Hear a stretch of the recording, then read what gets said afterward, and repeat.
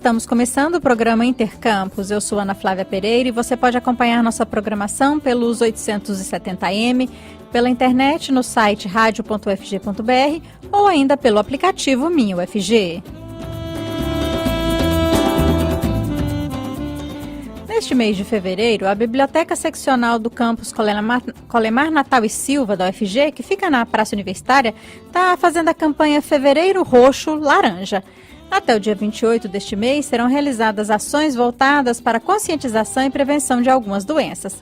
Em fevereiro, a cor da bandeira é roxa, e em alguns lugares pode ser também laranja. Embora seja o mês mais curto do ano, ele tem pelo menos 3 causas para defender, segundo a campanha desenvolvida pela biblioteca: a conscientização do lúpus, do mal de Alzheimer e da fibromialgia. Já o alaranjado é para a discussão sobre leucemia. Para marcar o mês, foram disponibilizadas várias obras na estante de sugestões da biblioteca sobre cada um dos assuntos. Para conferir a seleção de obras, basta ir até a biblioteca do campus Colemar Natal e Silva da UFG, que fica no setor universitário, ao lado da Faculdade de Direito da UFG. Ouça o Intercampus também pela internet no site da Rádio Universitária ou pelo aplicativo Minha UFG.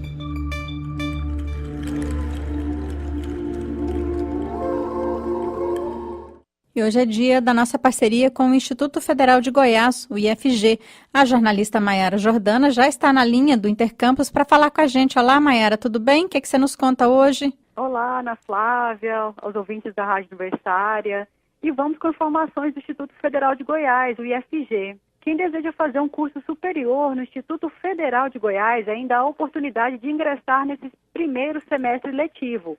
O IFG publicou ontem, dia 20, novo edital do vestibular IFG para vagas remanescentes, ou seja, vagas que sobraram nos cursos superiores da instituição. Ao todo, são 162 vagas remanescentes distribuídas em 10 cursos superiores ofertados em 7 campos do IFG. No campus Goiânia, as vagas são para as licenciaturas em Física e em Música. Já nos campos do IFG, no interior de Goiás, as vagas são para os cursos de licenciatura em Dança no campus Aparecida de Goiânia, bacharelado em Cinema e Audiovisual e licenciatura em Artes Visuais no campus Cidade de Goiás, bacharelado em Engenharia de Controle e Automação e licenciatura em Química no campus Itumbiara, licenciatura em Física no campus Jataí e licenciatura em Química nos campos Lusiânia e Uruaçu. Todos esses cursos são gratuitos. Os interessados em concorrer às vagas remanescentes nos cursos superiores do IFG deverão realizar a inscrição no processo seletivo pelo site da instituição até o dia 10 de março. Não há taxa de inscrição e haverá apenas a aplicação de uma prova de redação. Para quem deseja cursar a licenciatura em música, além da redação, o candidato fará ainda uma prova de habilidade específica em música. O edital do processo seletivo e o link de inscrição do vestibular IFG 2019/1 para vagas remanescentes estão disponíveis no site do Instituto Federal de Goiás pelo endereço www.ifg.edu.br. E o reitor do Instituto Federal de Goiás, professor Jerônimo Rodrigues da Silva, tomou posse na presidência do Conselho Nacional das Instituições da Rede Federal de Educação Profissional, Científica e Tecnológica, CONIF. A solenidade de posse foi realizada na noite de terça-feira, dia 19, na sede do CONIF em Brasília. O reitor do IFG, Jerônimo Rodrigues da Silva, assume a presidência do Conselho após o fim do mandato da gestão anterior, que foi exercida pelo reitor do Instituto Federal do Triângulo Mineiro, Roberto Gil Rodrigues Almeida. Na solenidade de posse, a nova gestão assume a direção do CONIF, dedicada a uma extensa pauta em defesa da educação profissional e tecnológica no Brasil. Entre os planos de trabalho da nova gestão do Conselho está a busca pela ampliação de recursos financeiros suficientes para assegurar as atividades dos 38 institutos federais, 2 Cefetes e o Colégio Pedro II, instituições essas que reúnem atualmente 659 unidades, mais de 1 milhão de estudantes e cerca de 80 mil servidores, quadro esse que compõe a Rede Federal de Educação Profissional, Científica e Tecnológica no país. A solenidade de posse da nova gestão do CONIF, que tem na presidência o reitor do Instituto Federal de Goiás, é notícia no site do IFG e também no site do CONIF, no endereço conif.org.br. Maiara, a gente falou sobre a feira agroecológica que vocês vão realizar aí. Os agricultores familiares ainda podem se inscrever? Conta pra gente. Isso mesmo, Ana Flávia. A gente tem mais um convite, vamos reforçar esse convite aí para os agricultores familiares interessados em participar da Feira Agroecológica, né, que vai acontecer no IFG e no IF Goiano, a partir de março, nessas duas instituições. Nós já divulgamos aqui, né, no programa Intercampos, essa chamada pública, mas vamos reforçar o convite. Então, na próxima quarta-feira, dia 27 de fevereiro, os agricultores familiares interessados em vender seus produtos alimentícios na Feira Agroecológica do IFG e do IF Goiano deverão realizar as inscrições presencialmente na sede do Subsistema Integrado de Atenção à Saúde do Servidor, o CIAS, que fica na Rua 88, número 280, no setor sul, em Goiânia, próxima à reitoria do IF Goiano. As inscrições serão feitas na próxima quarta-feira, das 9 às 11 horas. Para mais informações sobre a chamada pública destinada a agricultores familiares, os interessados podem acessar o site do IFG ou o site do IF Goiano e conferir o edital da chamada pública. Isso é tudo, essas e outras informações do IFG estão disponíveis no site, no endereço www.ifg.edu.br. Muito obrigada, Ana Flávia, e até a próxima quinta-feira com mais notícias do Instituto Federal de Goiás. Nós que agradecemos, Maiara, e até a próxima quinta-feira. Um abraço. Até. Um abraço. O Intercampus faz um pequeno intervalo e volta já já. O Intercampus volta já.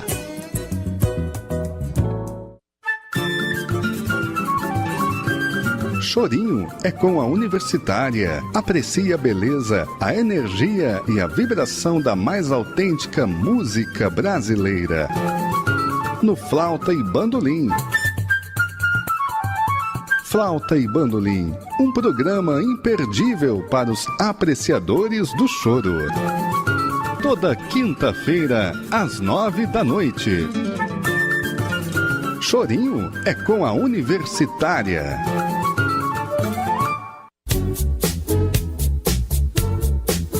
Jornal das 6. Independência e credibilidade desde 1980, de segunda a sexta, a partir das 6 horas da noite. Não perca! Voltamos a apresentar Intercampus. E o Centro de Empreendedorismo da Universidade Federal de Goiás está com o edital aberto. Quem vai nos trazer as informações é a nossa repórter estagiária Laura Chaldi. Vamos ouvir.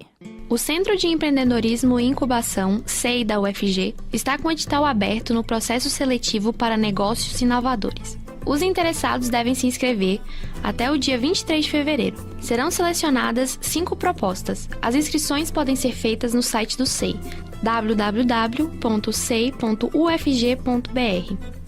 Os projetos receberão apoio nas áreas administrativa, financeira e mercadológica, com a disponibilização de espaço físico, em sala individual ou compartilhada, cursos e mentorias com empreendedores reconhecidos, capacitação em gestão financeira, mercadológica e administrativa, assessoria de comunicação, além de orientações para registros de marca e patentes. Além disso, as propostas selecionadas no CEI UFG terão acesso a laboratórios e outros ambientes da UFG, apoio para submeter propostas em editais de custeio e fomento, além de incentivos da Lei de Informática.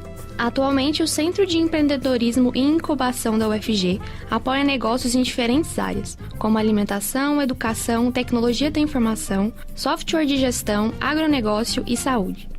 Desde a sua criação, esses projetos recebem o suporte do CEI para a elaboração de planos e modelo de negócios, desenvolvimento de produtos, capacitação dos empreendedores, contatos de rede e todos os benefícios do programa de pré-incubação ou incubação oferecidos pela incubadora. O CEI UFG é a primeira incubadora do estado de Goiás certificada pelo CERN, um selo de qualidade do SEBRAE e da Associação Nacional de Entidades de Apoio a Empreendimentos Inovadores, AMPROTEC. Intercampus, nas ondas da Rádio Universitária. Sintonize.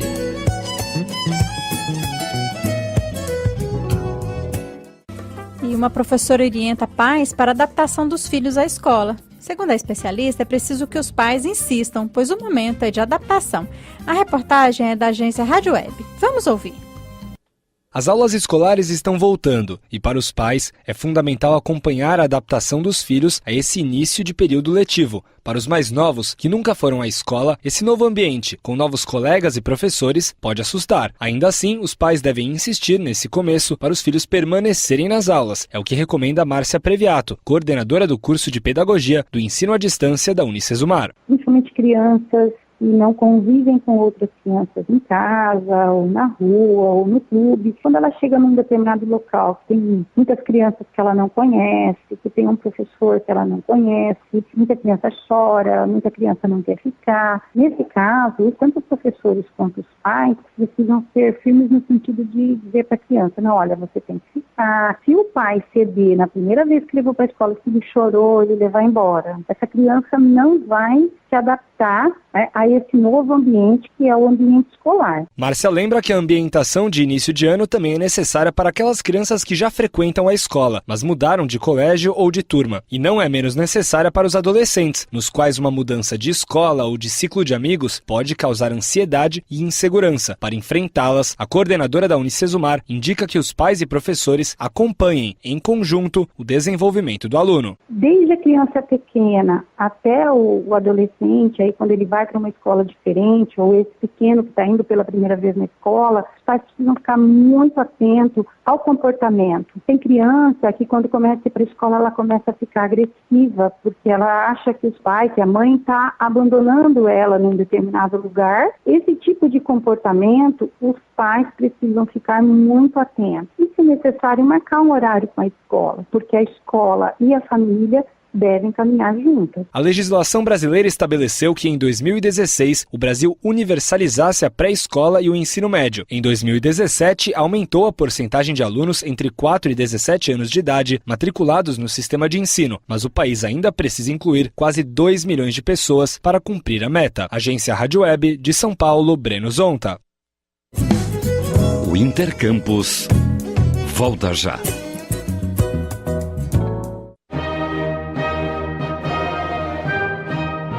Você tem um encontro marcado com os grandes compositores da história da música. Sala de Concertos, um programa com 5 décadas de tradição na divulgação da música erudita em Goiás. De segunda a sexta-feira, ao meio-dia e às 10 da noite.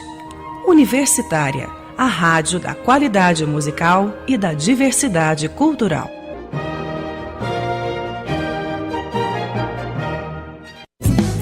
Estamos apresentando Intercampus. As universidades públicas, sobretudo as federais, são responsáveis por cerca de 90% da pesquisa científica realizada no Brasil. E não há como negar que apoiar a pesquisa e a inovação são essenciais para o desenvolvimento econômico e social do país.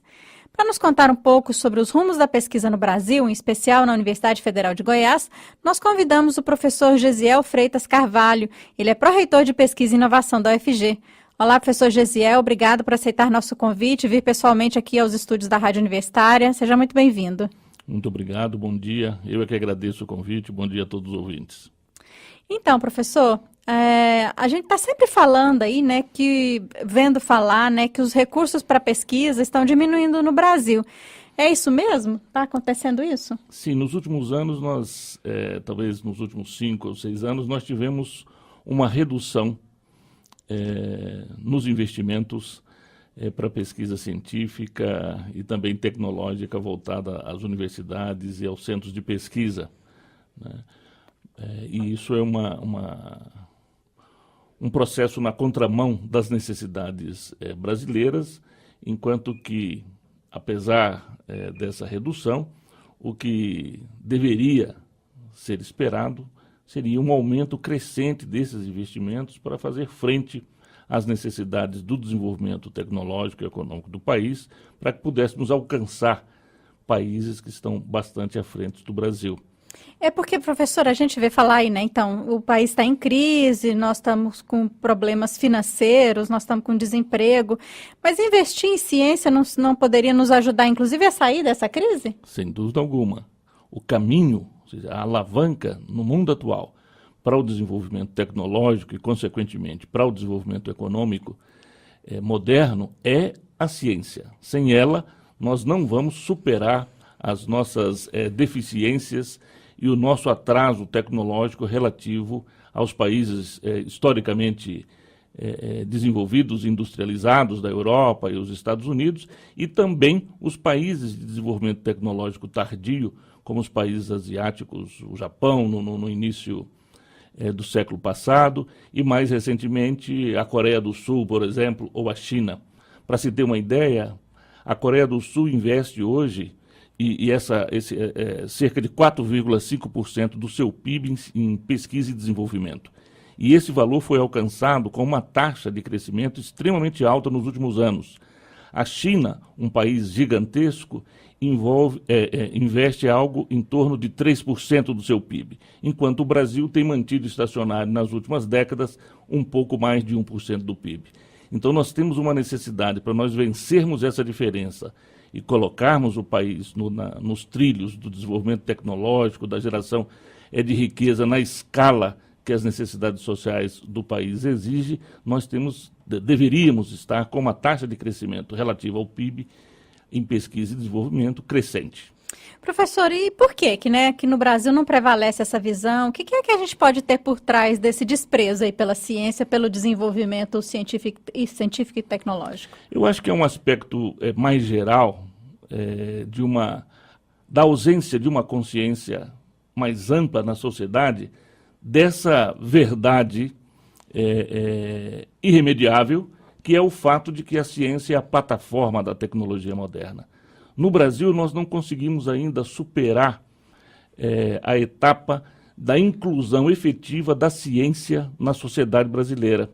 A ciência como meio, a consciência de que a ciência é o meio para a solução dos problemas tecnológicos, dos desafios econômicos e dos desafios sociais. Essa consciência social, ela ainda não está implantada de maneira consolidada na sociedade brasileira, de maneira geral, e também nos nossos representantes no Congresso Nacional, nos nossos governantes.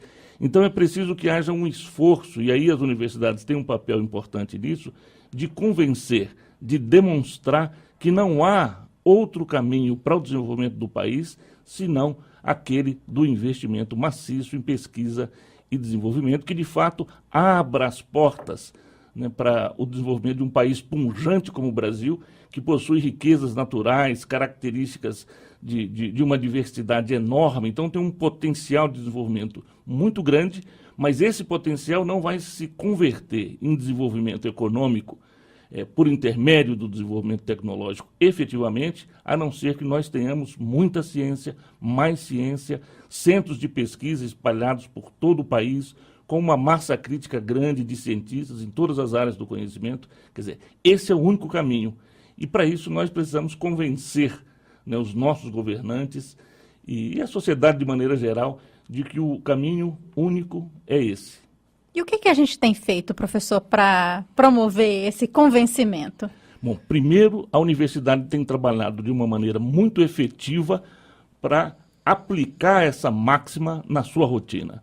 Então, a universidade tem buscado todas as oportunidades possíveis de estabelecer relações com a sociedade, o Estado, as empresas, para transferir o conhecimento que ela tem adquirido, para que isso possa ter uma contribuição imediata ao processo econômico do país.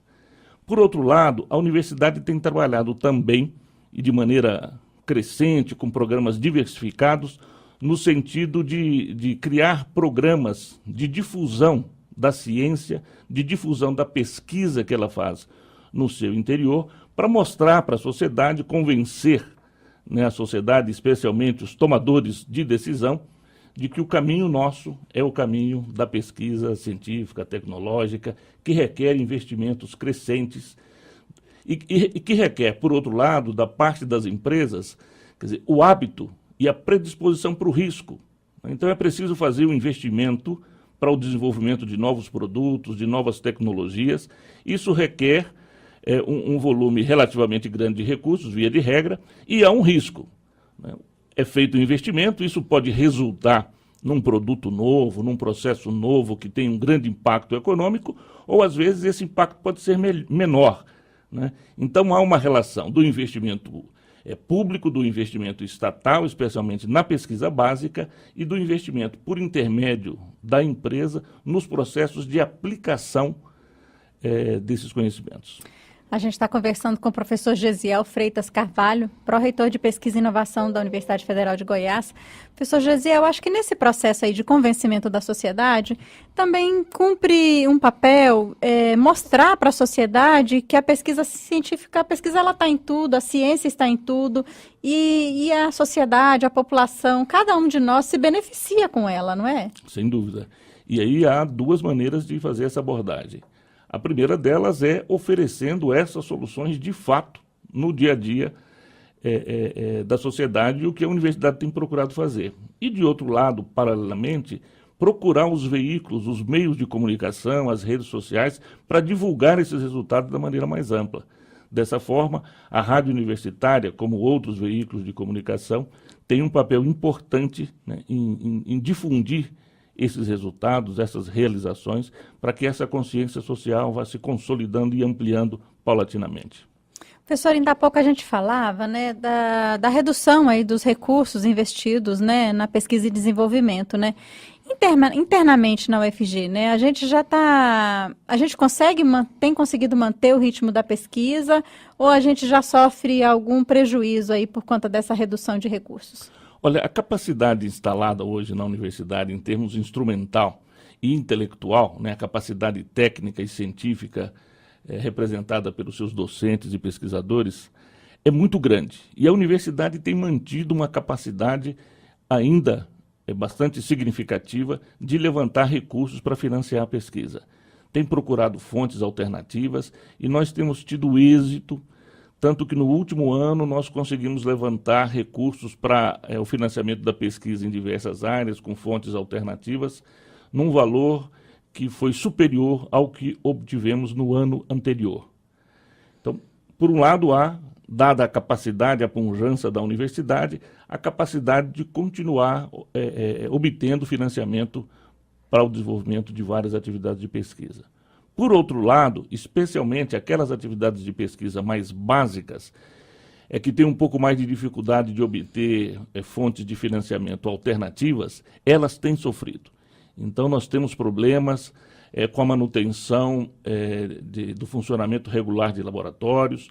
Ontem mesmo eu fui procurado por uma professora que está com dificuldade de insumos básicos para manter um experimento extremamente importante na área de saúde, especialmente da odontologia, um experimento de cultura de células que requer insumos básicos para sua manutenção, e a professora reportava a dificuldade na liberação dos recursos já aprovados para poder, entre outras coisas, manter o funcionamento desse laboratório. Então, vários setores da universidade começam a sentir, de uma maneira já mais significativa, as dificuldades na obtenção desses recursos. Professor, e quais são as perspectivas, né? A gente tem uma perspectiva positiva aí para o próximo período? Pode ser que isso se reverta? Olha, a minha opinião pessoal é de que nós temos uma perspectiva positiva.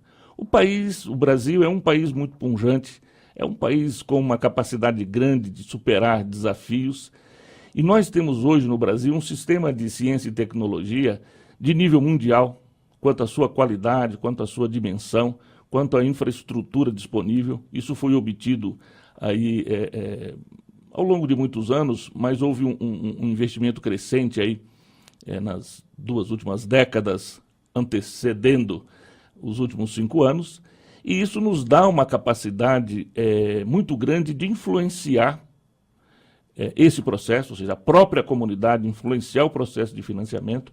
Então, eu acredito, e a universidade tem trabalhado muito para isso, as sociedades científicas, a Academia Brasileira de Ciências, a SBPC, a Organização dos Reitores, a Andifes, no sentido de recuperar o nível de investimento, inclusive buscando alternativas para dar maior regularidade, que é um aspecto extremamente importante do investimento em pesquisa.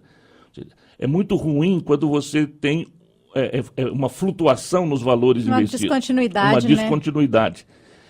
porque você começa os processos, implanta os laboratórios, inicia os experimentos, e se na sequência você não tem o recurso necessário para mantê-lo, você destrói o trabalho de muito tempo.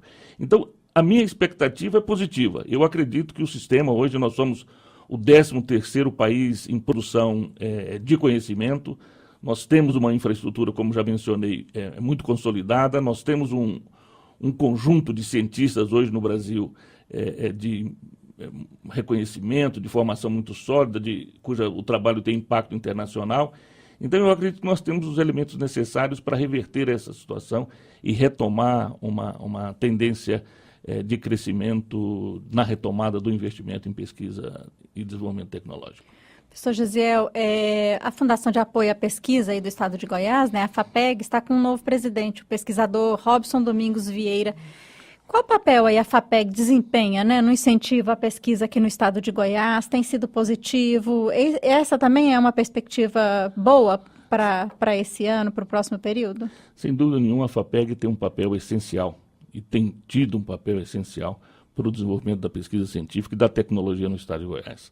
A FAPEG tem sido a protagonista de uma série de ações, tanto voltadas para o desenvolvimento tecnológico, quanto para a pesquisa básica.